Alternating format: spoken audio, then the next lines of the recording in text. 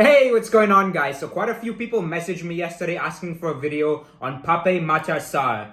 Now, he's been part of a really poor FC Metz side. They ended up finishing 19th and getting relegated this season. Comes as a bit of a surprise as they did well in the previous campaign with a 10th place spot in what is an increasingly competitive Ligue 1. In terms of Sarr himself, I'd go as far as to say he's the future of Senegal's midfield. He was part of the squad that won AFCON earlier this year and has the likes of Idrissa Gana Gueye, Nampalys Mendy and Cheikhou Kouyaté ahead of him in the pecking order. All three of them are names you'd have seen plenty of in the Premier League over the years and are in their late 20s or early 30s, so it's only a matter of time before they start getting phased out, particularly given how physically demanding games are against fellow African opposition. As far as his style of play is concerned, the proficiency he shows in reading the game suggests to me that he's going to have a long career at the top level. You'll often see him winning back possession with a well-timed tackle or interception and then using his ability on the ball to divert danger away, which is often through his range of passing. Both the eye test and data also illustrate the power and caliber of Sarr's shots from distance.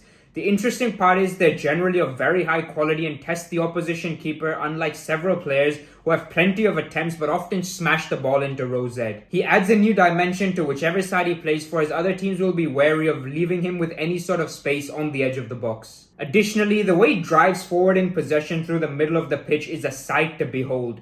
He wriggles past people and opens up the game to give himself space to run into, and that's something Tottenham have lacked over the last few seasons big time. If you look at his end product, he's got 1 goal and 3 assists in 22 starts and 34 appearances overall for 2021-22. He spent a fair amount of time on the bench, which is to be expected during a relegation battle where under pressure managers generally opt for experience. It happened with Kamavinga too, who was sensational for Rennes in 2019-20 but had a bit of a mixed bag in 2020-21, yet has played an absolutely key role in Real Madrid's Champions League victory by turning games on their head off the bench. Spurs paid 16.5 million quid for Sarr last summer and beat a whole host of clubs to his signature, so expectations are obviously high. Man United, Chelsea, Atletico Madrid, Barcelona and Monaco all made a move for him.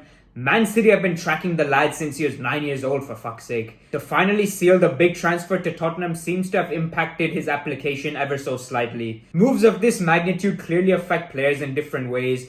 Not everyone develops at the same pace, and for some individuals everything feels like it's happening a bit too quickly, which is what I believe happens to be the case here. His manager Antonetti publicly stated that Sarr needs to take responsibility a little bit more. There's an element of truth in there, but it's incredibly harsh given he's been asked to play in multiple positions throughout the year, including as a deep line playmaker, box-to-box midfielder, central defensive midfielder, and even an attacking midfielder for one of the worst sides in the country. Being versatile is obviously great and will have been an incredible learning experience for him, but it's tough not to get a run of games in one position, which is something that absolutely needs to happen next season regardless of which club he's representing. Sarr might be given a chance to impress on pre-season, with Conte getting a first-hand view of what he's capable of, and who knows, he might choose to include him in the squad, but the expectation that I have at this stage is that he'll get himself another loan. I personally believe somewhere like the Championship would be great, so he can get a real taste of what English football is all about. Most players who've done this in recent times are the ones who've ultimately made it. Another option is somewhere like the Eredivisie or Bundesliga, which are leagues where he'll get ample game time to showcase his quality in a setup where flair players flourish,